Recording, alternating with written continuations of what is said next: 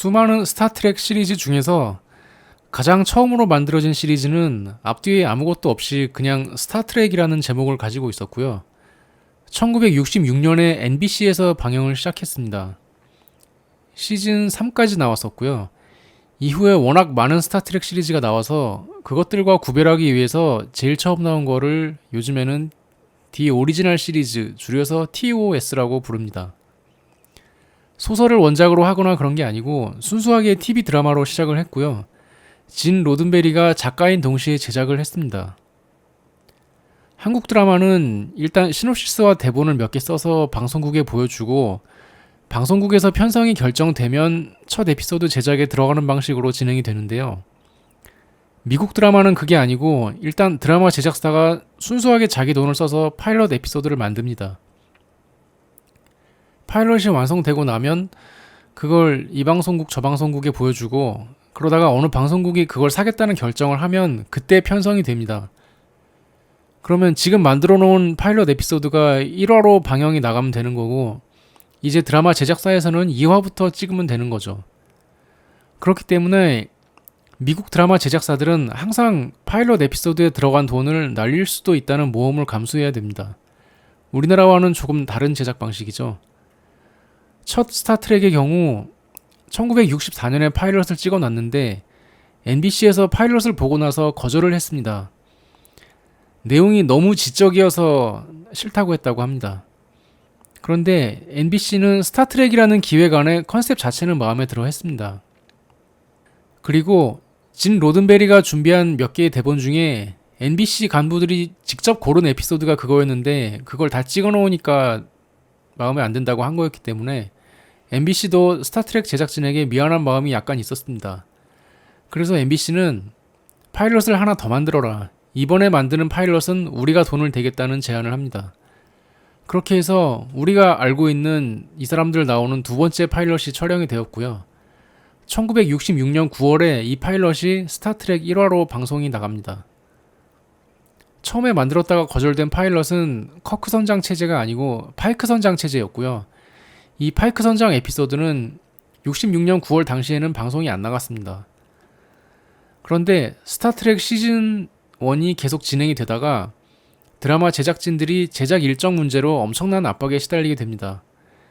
일주일에 에피소드 한 개씩 방송이 나가야 되는데 막상 촬영을 해보니까 에피소드 한 개 만드는데 시간이 너무 오래 걸렸던 거죠.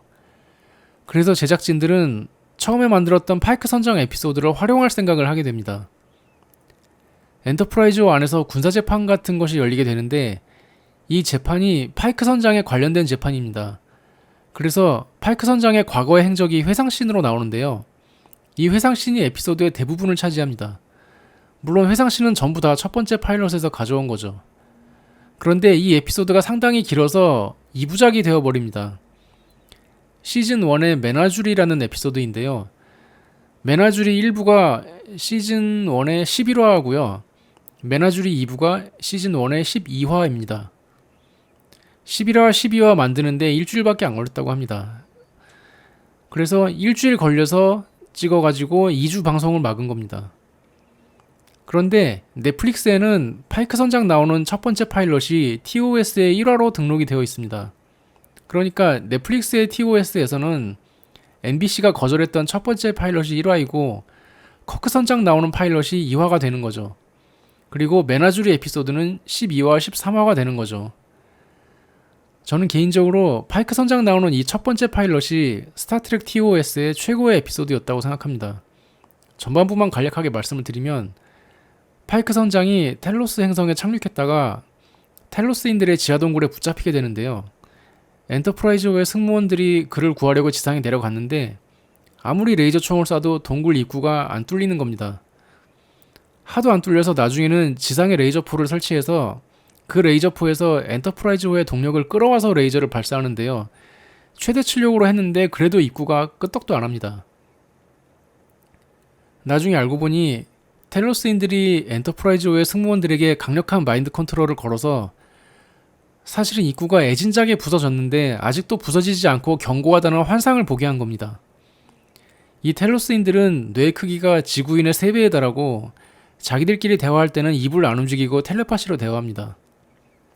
이렇듯 진 로든베리의 TOS는 60년대에 만들어졌다고는 믿기지 않을 정도로 획기적인 아이디어를 많이 보여주었던 반면 그 이후에 만들어진 스타트렉 TV 시리즈들은 사실 오리지널 시리즈만큼 획기적인 모습을 보여주지 못했습니다.